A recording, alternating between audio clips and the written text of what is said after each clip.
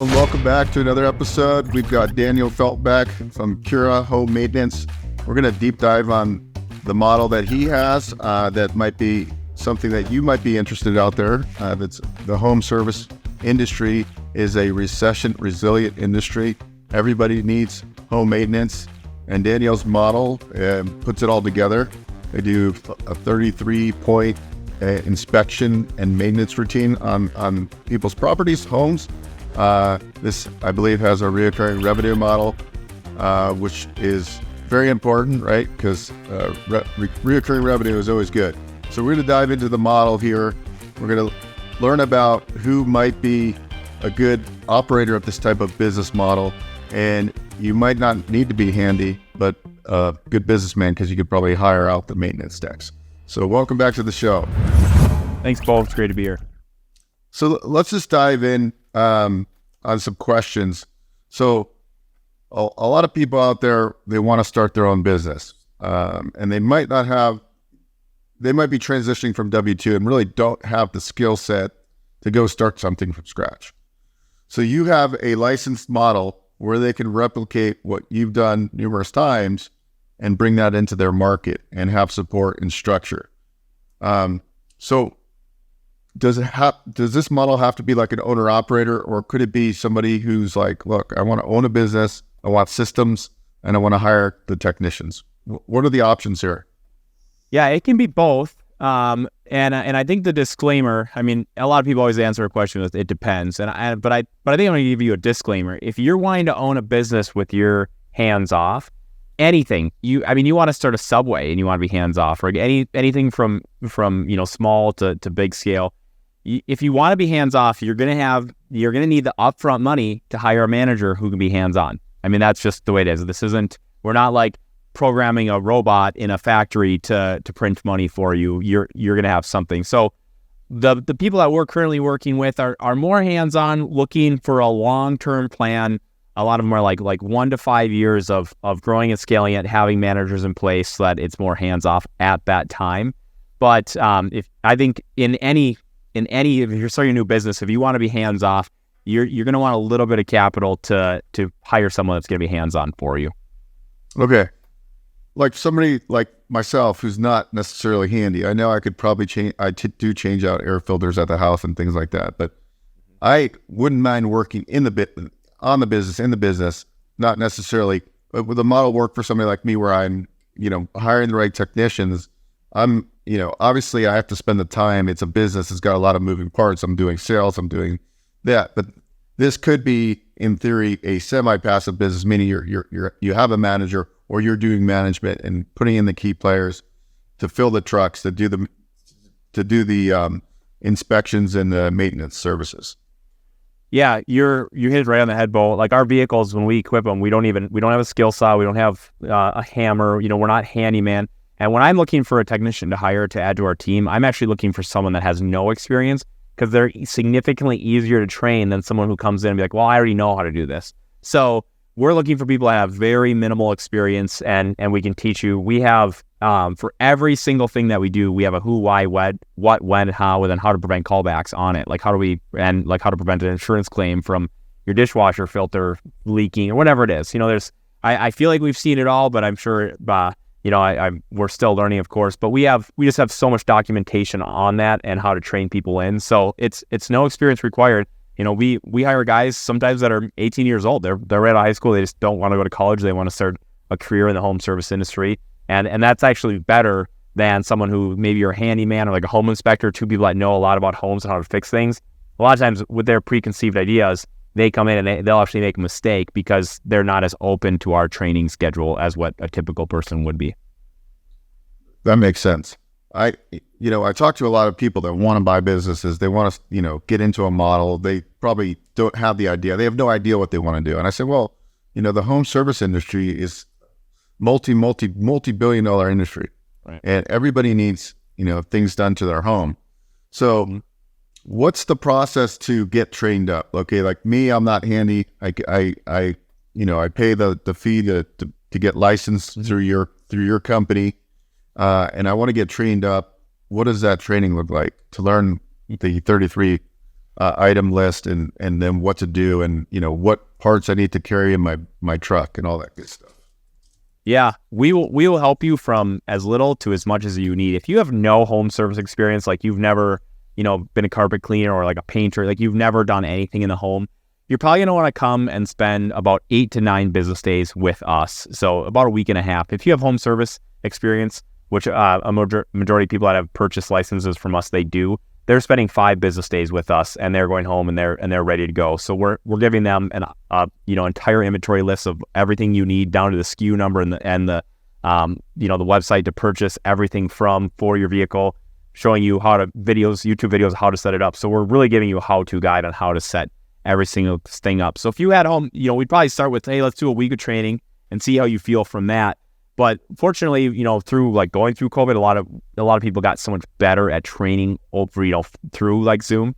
And so we can help a lot of training with that. So when you come here, you're going to spend about 4 to 4.5 days out in the field with our technicians learning how to do that. And then a small amount of time learning how to, like the customer service side of like answering the phones and things like that. So we can really work with just about anyone, any experience level, from start to finish. And it's been different experiences every single time as people come here, filling in the gaps of the experience that they have. What would be like the total investment range to get this thing started, factoring in a few months of like working capital? What do you kind of relate to the potential buyer of the license? Yeah, really quick number. It depends, like if you're going to finance a van or not, but it's a $35,000 licensing fee. We have been financing that for some people over, 1 to like 3 year terms. So we're actually getting some of these people up and running for like $10,000. I mean, that's like buying $7,000 for your vehicle. You're spending a week here, training. So you got to, feed yourself and stay in a hotel, of course. But other than that, like some of these people are very, very minimal. Where if you actually had cash sitting there burning a hole in your pocket, and you're like, I'm going to buy, like a $20,000 to $30,000 vehicle, pay that $35,000 license fee, about $7,000 to equip a van. We're going to be right around that like $75,000 range for miscellaneous costs. So you can go really cheap if you're willing to, finance a few things, and you can put a lot of money into it right away if you want to have a brand new Mercedes work van, or if you want to just go with a more basic like Ram ProMaster. A lot of options. And then we would carry some sort of insurance policy just in case something happened on site. So what kind of reoccurring expenses do we have within the business model? Yeah, it ends up being less than $1,000 a month worth of reoccurring. You have a CRM system that's about ends up being about $299 a month. Your liability insurance for $1 million, considering that we fall underneath the janitorial umbrella, it's a lot more affordable than you'd think. If we were doing like construction or things like that where you have a higher risk, but insurance is a very low cost. And truthfully, right now at our size, I don't even know what it is. They just change it based on the amount that you're doing in sales each year. So you're looking at underneath $1,000 worth of reoccurring costs. And those costs as you grow, they grow with you because you need more systems and processes. But in the very beginning, like your first few months, you can get a buy for about less than $500 of reoccurring monthly like subscriptions and CRM systems. Okay, that's great. So seems like a really good business model. So the next logical thing is how do we get business? Yeah. So the largest thing that we focus on, we have a few models. We have different recommendations based on what you're looking for. If you have a stack of cash sitting here and we want to spend money, I don't recommend it. But we have like the Google, the Facebook advertising, the very basic. Our biggest and largest focus is finding your customer before working with other vendors and things like that with a customer that essentially they know your customer before you do. And it sounds really crazy. It sounds really simple, but a lot of people just aren't willing to get up off the couch and make that relationship. And today, when I'd say we're spending less than 1% of our monthly sales on advertising because of the way that we've built those relationships. Additionally, over 50% of our business is the recurring revenue that you've talked about, where we visit our clients once every 3 months. And they're set up in our CRM system for years to see you every 3 months. And our average customer is paying $418 per quarter. So we're going to do over $1.2 million this year just in recurring revenue that I'm paying $0 to acquire that business. So then, and I think whenever someone says like, oh, it's word of mouth, like that's how you grow your business. Like I disagree. I think you play with I call it artificial word of mouth. So you're working with like social media influencers, realtors, doing like a trade service with them. You're working on strategic things that take a little bit of time on the front end, but long term, I'm still getting jobs from HVAC companies that I walked into their office 5 years ago with a box of donuts and just said, "Hey, my name is Daniel. I do recurring routine maintenance and air duct cleaning. Would you like to refer each other, our clients when they have a need?" And, Google can go down any minute. Facebook can go down any minute. They can flag your account for everything. And I feel like that's almost happened to everyone where you get, your Google My Business page taken down. But the things that don't break down, from artificial intelligence or from Google taking down or from the next pandemic, whenever that's going to be, is the word of mouth relationships with the guy that, you send him a Christmas card each year because he enjoys hunting and fishing or whatever. You send him a gift card and he's referring you $15,000, $20,000, $30,000 worth of work a year. Cool. On a conservative basis, let's just say, first year of opening the business, what's our main goal to really get it up and profitable? Like what kind of target about how many customers are we looking to get in our first year? Yes. From a reoccurring standpoint, it's you want to be getting at like 2 to 3 reoccurring clients, new clients a week. And that's a snowball that's just growing because every 3 months you're circling back and hitting the same ones. In the very beginning, it's a lot easier to get air duct cleaning customers because there's more referral partners that you can build there. And so what you find as you grow is a majority of your business is air duct cleaning, and you want to start getting that shifted over to where more than 50% is the recurring revenue, the routine maintenance subscription client. But the downfall of this business is that people don't Google routine home maintenance. So we found a way to get to the point where we have, over 850 homes that we're visiting every 3 months. So year one, again, it for all our licensees that we're working with, I'd say they all have a different year one goal. If it were me and I went into a brand new market that had 1 million people in it or whatever, I'd be wanting to do somewhere right around that 250 to 300,000 in year one. I'd be wanting to hit about $500,000 to $750,000 year two, and I'd try to break that $1 million mark in year three. And that's working in honest. You're all in. You're working in honest 40 to 50 hours a week. You're building relationships. You're working hard. And it's for sure very attainable with the systems and processes that we've put in place.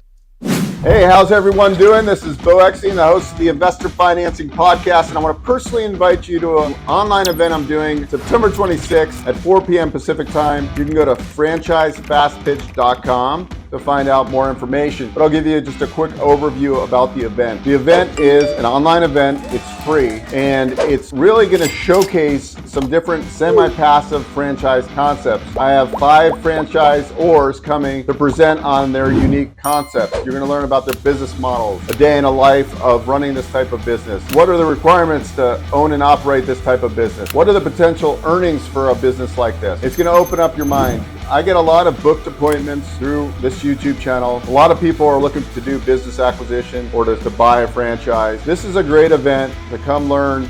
Even if you're thinking, I want to buy an existing business, I encourage you to come learn about the franchise world. It's a huge, huge, huge market, okay? Everywhere you go is a franchise. There's a lot of franchise concepts that you would least expect that do great revenue and could be a perfect fit for what you're looking for. So we're going to do these franchise series. It's September 26th. It's going to be online, and you can go to franchisefastpitch.com to learn more. Hope to see you there, and thanks for watching another episode. See you soon. What about property management companies? A lot of times they have their own maintenance, but sometimes I've heard that they sometimes like to outsource it so they don't have the liability of, smoke alarms and all that stuff. Would that be a good referral source for you? Yeah, sometimes yes, sometimes no. It depends on the reason why they're getting it done. We had a lot of companies asking us to come and like clean dryer vents. It'll be like 200 or 300 dryer vents that need to be cleaned out. And the trouble that we come across is that we're really focusing on a very high quality, like white glove treatment, I want to call it, where we're going to do a really good job. Like if we go and we clean 200 dryer vents, you could come and I give you our really nice camera on a scope, and I say, Beau, you can look at every single one. It's going to be perfectly clean. Well, we're bidding against the guy who's coming and he's throwing his reverse blasting hose in there for about 3 to 4 seconds. I mean, they're not even, they're in and out so fast that they're doing it for like $18 a dryer vent, and we're coming in at like double the price. We're at like $36 a dryer vent or things like that. And we can't even compete because my guys can clean 4 in an hour on the same job site doing a high quality job. they're cleaning, 15, 20 an hour because they don't care if there's a bird nest in there. They'll say, well, we cleaned it and it wasn't there when we were there. It's just a different game for sure that we're focused on. So we do really well with residential where they're looking for a really high quality job. We don't do really well with the people that are looking just to have it done to say it's done, like due to insurance purposes or things like that. We're usually not the best vendor for those people. So somebody gets in, buys a license, and they want to be more of the operator where they're, office, books, building the business, setting up appointments. How do they go about getting their first recruit to do the actual maintenance and service calls? Yeah. So what most of our licensees have done is they've brought their very first person through them. A lot of different strategies. A lot of times someone's first employee is someone who they know. It's like went to church with this guy or softball with that person, whatever it is. They know someone. Growing a business, are you looking for like part-time work? Otherwise, there's more standard ways of hiring people through an Indeed or things like that. But hire that first person. You work alongside them. We've also had people that are sending a technician back to our location in Minneapolis, say, hey, I hired someone. We like the way you guys train. Can you help us train them? So we train that person in later on just the technician work, the field work, and they're working with that person. If you're a qualified technician that's going to be working on the field, you should be for sure like 100% ready to run your own crew within 2 weeks of training, 10 days of training. You should for sure are like business owners, they're learning all this in 4 or 5 days. So a technician is about 2 weeks of training, so they're not running into any big issues. And you get that going. So you get one technician running and you work on the field with them for 2 to 4 weeks until you feel confident with that. And then you can let them go do their own thing and you start working on building these relationships, things like that. You hire a second guy. He works with your first technician while they're building up sales, doing that. You buy a second van, you split those guys up, you add a third guy in. I really love to run 1.5 people per van.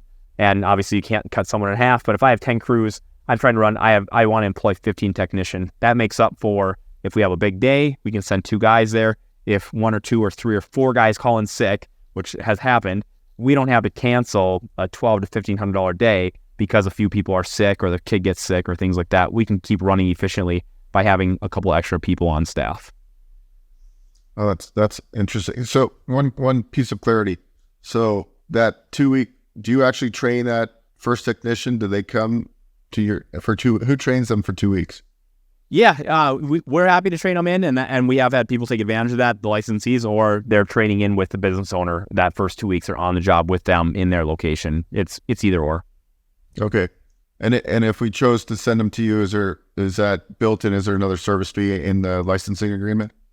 Not yet. We've been doing it for free just because we're probably too nice. But if it was starting to get taken advantage of, we'd probably say, hey, we need something here. But it's really not a lot of skin off our back because like we're already out there, we're already doing jobs. Like they take a little bit longer, but it's like I'm actually getting someone helping me out a little bit for free. So it's not really, I'm not really losing anything by just being a nice person. Okay. I see this model is very good. Low startup costs, recurring revenue, high income potential. And then what's kind of a rule of thumb of like what a margin might look like? We got potential top line revenue, right? We got cost of goods, and what kind of margins should an operator be looking for? Yeah, we're looking at about 39% after gross income. Now, net income, I've done things like, we purchase a building, right? That's way bigger than we need. I rent out a majority of it. So rent's a little bit higher than we need. So some of that stuff doesn't quite get there. So sorry, gross income. Yeah, our gross income is 39%. Our net, sometimes it fluctuates a lot depending on what I'm doing on the side, because I'm trying to grow. I'm trying to get rich really slow is my goal. So we purchased a commercial building for those purposes, but payroll stays relatively low. Inventory is pretty low. We try, like for a technician, we're paying these guys $18.50 to start. They get plus tips, plus commission, and we're scheduling them for about $125 per hour worth of work. So as we've grown, we've scaled, and we have a team of about 19 people right now. We are with several support staff, which is a couple gals in the office. I've got an executive assistant who rock and roll is my life for me. She keeps everything going. And we've got a few overhead people that you could do without, and we still keep our payroll below 50%.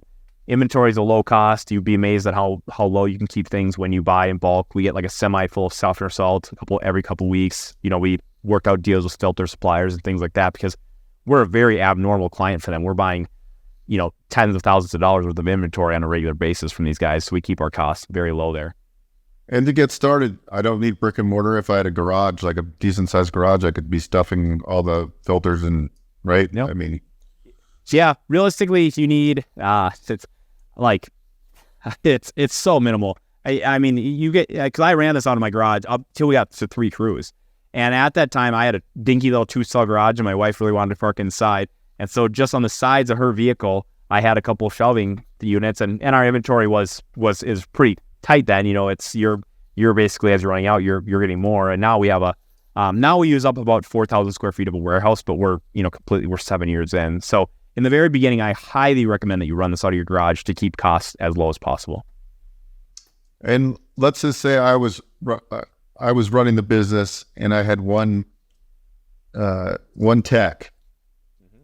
How many jobs could we handle? At what point do we hire tech number 2? Yep. So for air duct cleaning, you should be able to do 2 to 3 a day. If you're hitting a large residential house, like 5,000-6,000 square feet, it'd probably be hard to do a second air duct cleaning job that day. Routine maintenance, first visits. If you had 3 first-time routine maintenance clients, you could do 3 in a day. On the second visit and onward, you can do 4 to 5 routine maintenance visits in a day. And then we always end up mixing and matching. So you'll do like 2 air ducts and then a routine maintenance, or vice versa. My rule of thumb that I've always gone by is once I get a crew booked out 1 week solid, I like to add a second crew. Because what that's going to do to my schedule, if nothing changes, and I'm booked out 5 days and my leads don't increase, I'm now only booked out 2.5 days. So then once I have 2 crews running at 2.5 days booked out, I get them to a week booked out, and then I add a third crew. And so now that third crew is only booked out 3.5, 4 days. And I just keep on going on that. So for me, I'm really, really comfortable when I'm booked out 2-3 days. Like it's really nice. The guys can see on their schedule what's going on the next day. They can, kind of mentally prepare for that. When we get past a week, I think in today's culture, people have just grown impatient. Like they don't want to wait a week. Like if Amazon's going to take 3 days rather than overnight or 2 days, they're like, I'm getting it somewhere else. So unfortunately, society's taught all of us to be impatient. And I think if it's farther than a week, they might not schedule, even though everything sounds great from a pricing and a customer service standpoint on the phone. They might make a few more phone calls and someone else is maybe $5 cheaper and they schedule that person instead. And what about POS systems and so forth? Is that all included in the training? You learn about what POS systems to get?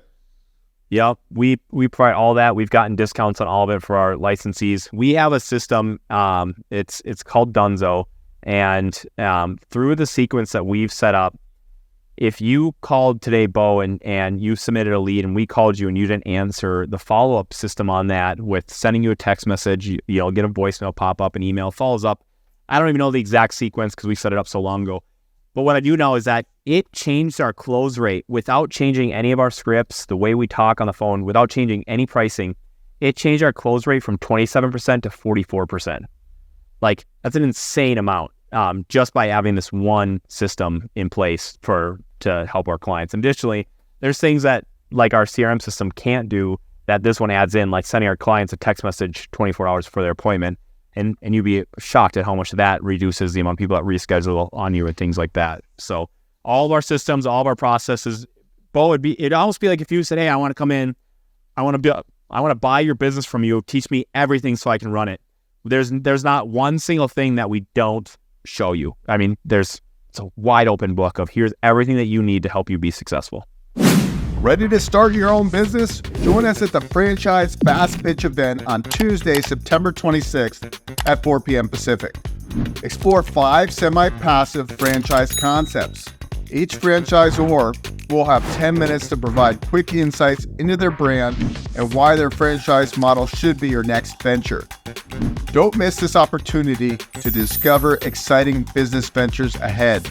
For details and registration, please visit franchisefastpitch.com. Yeah, I love this business model. So, all right, so I go through the training and let's just say my technician came with me because I was already proactive. So we're trained up. We go and we don't need any special licensing other than a business license, most likely, because we're just doing maintenance. We're not doing anything which requires a handyman license or anything.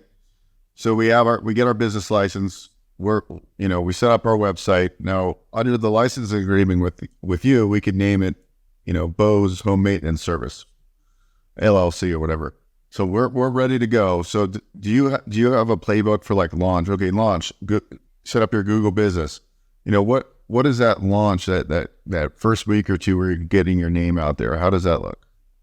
Yeah, we've actually designed a 30-day roadmap that if you're going to be like proactive, you can really rock and roll that thing. And that's that's setting up all these things you're talking about, getting Google My Business, what to do.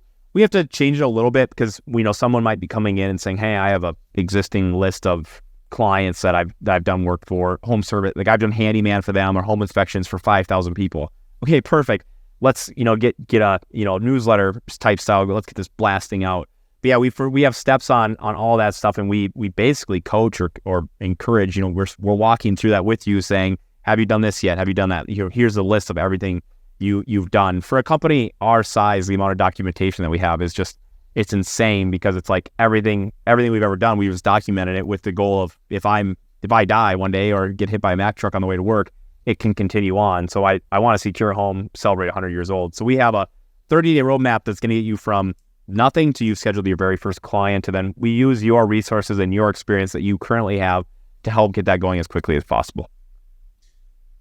And then once it's up and running, so now I have it up and running. I have 2 techs now, or 2 or 3. I have two or three trucks.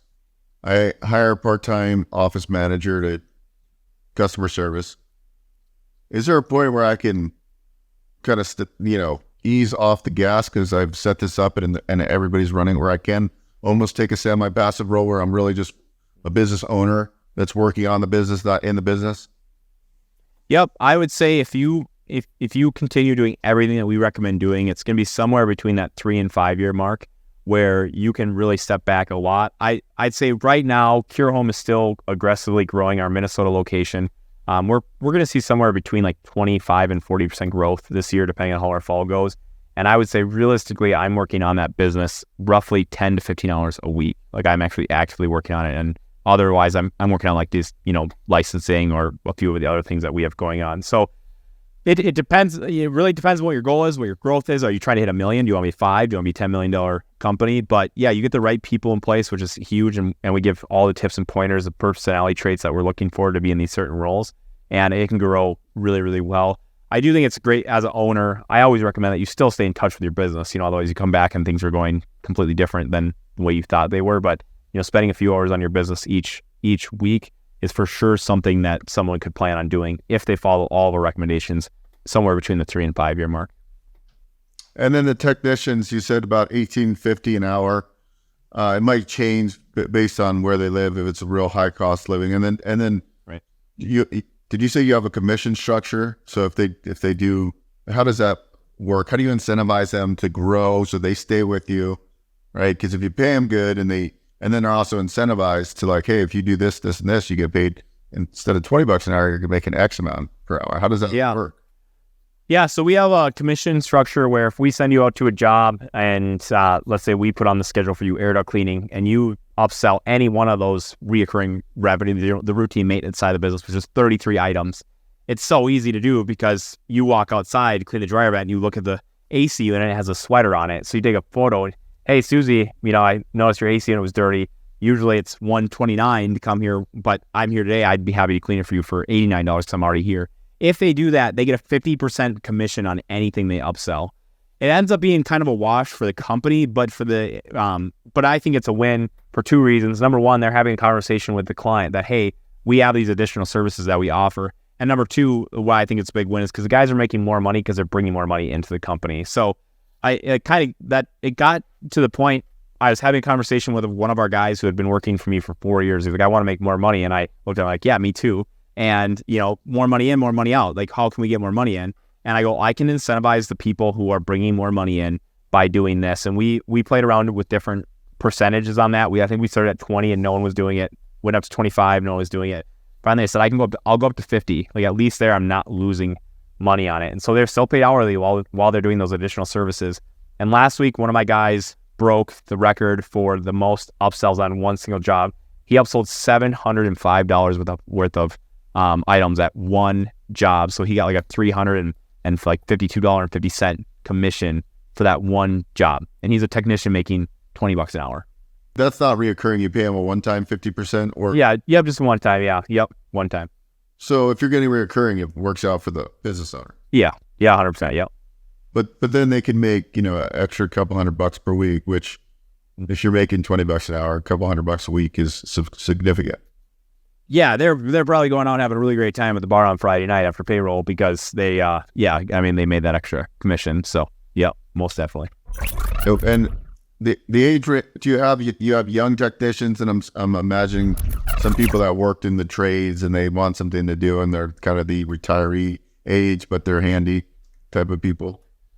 Yeah, a majority of our technicians that end up staying around long term are between the ages of 18 and 30. Our office staff tends to do really well in like the 50 to 60-year-old range. They're no drama, really happy with consistency, low pressure. I don't walk in and yell and scream about whatever. I mean, it's pretty consistent when you have so many reoccurring clients. I mean, you just keep on doing the same thing really well. So that's all goes really, really smooth.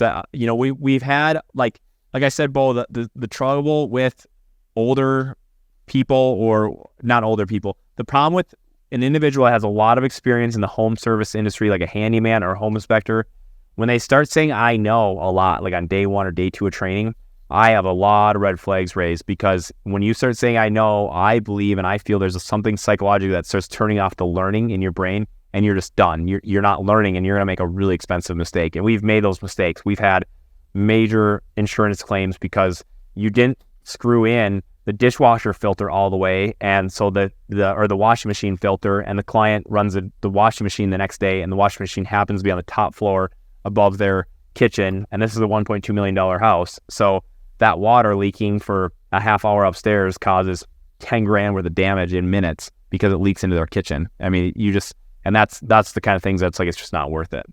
And you probably have, like, when you train the technicians, they're always, when you're done, make sure you double check and triple check, because that would be my concern. Like, so actually teaching somebody that doesn't know anything and just saying, follow this every time you do.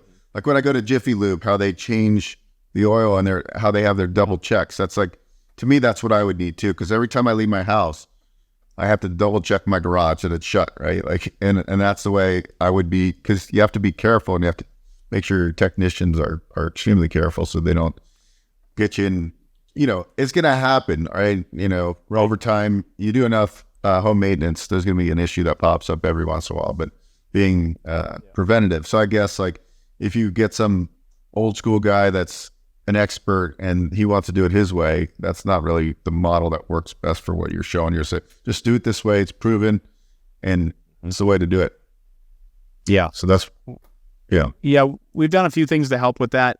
We've put a few rules in place. Number one, you can't touch anything that has to do with water in your first 2 weeks working here. And that really helps a lot. You can watch, but it's going to take you 2 weeks until you are allowed to basically touch that filter, because we're not going to deal with it. Additionally, we have a 90-day training schedule that my operations manager runs, and we have a meeting every morning from 7:20 to 7:30 before everyone leaves, and that goes through the exact same things every 90 days. So by the time you've worked here for 90 days, you've for sure gone through the SOP for that whatever it may be, dishwasher filter or washing machine filter in this example, and you know what causes a problem, so you know what to be looking for. And no matter what, you've heard about that by the time you've worked here for 90 days, if it by chance was skipped over in your training. That's very good. And so what's the plan? I mean, we're almost done with 2023. Where's your focus to? Is it every state that you want to license out to, or do you have kind of certain footprints that you're really pushing right now? We're really open. People are hearing about us from all over the place. Our social media has really grown a lot. We're, I think like today we're hitting like 28,000 followers on Instagram. Things are growing really quickly for us, which is great. And it's from all over the place. So people are contacting us from all different markets wanting to grow. Right now we're we have people operating in Florida, Illinois, Denver, Colorado, and Seattle, Washington, and then we're in Minneapolis. And we just started offering that this year. So we're most likely going to sell 2 to 3 more licenses this year. We can train very comfortably like two or three licensees a month. So we're just going to continue offering markets. The nice thing about a licensing is like we don't limit you to a territory. We do sell you a license to operate in your state, which is way more than enough for 99% of people. And if you were rocking and rolling, obviously we talk about expanding to another place. But people are doing really well. I think what I encourage people to do is there's over 198 different markets in the U.S. that have 1 million plus people in them, and I believe our model would do very, very well in all of those markets, plus markets that are slightly smaller that have the demographic that we're looking for. Yeah, no, it's a great. I love the business model. Really, Las Vegas needs that right here. This would be a good market for it. Yeah. Oh yeah. Yeah, I'm sure we'll be there one day, Beau. It'll just be a matter of time. You can be our first client once we get there. I'll give you a call. There you go. So where can people find out more information? Yeah, our company is Cura Home. It's KURAHOME, curahome.com. Follow us on social media. We're always providing like very interesting before and afters and like really disgusting stuff that's kind of like Dr. Pimple Popper, like seeing like 2 feet of hair being pulled out of a drain. So follow along with all of our stuff. And you can also add me on LinkedIn. It's Daniel Felt, and I personally manage that as well. So always happy to connect with anyone. There you guys have it. Another great episode where you get a deep dive on a very unique business model that everybody needs, that every homeowner, because nobody wants to do home maintenance. And so if you're out there looking for a business, reach out to Daniel. This is a great opportunity, low cost to get in. And that's another beautiful thing too. It's not brick and mortar location. You got to spend $500,000 to get it open. You're talking less than $100,000 most likely, with the bells and whistles, and you can even bootstrap that. So great business model, huge upside, recurring revenue. I would say this is a business model to look at. So thanks so much. Appreciate you. Yeah, thank you, Beau. Hey guys, Beau Eckstein here. If you enjoyed what you saw, please subscribe to this channel. We talk all things financing. I've been in the lending industry for over 20 years, and I'm happy to answer your questions and provide great content.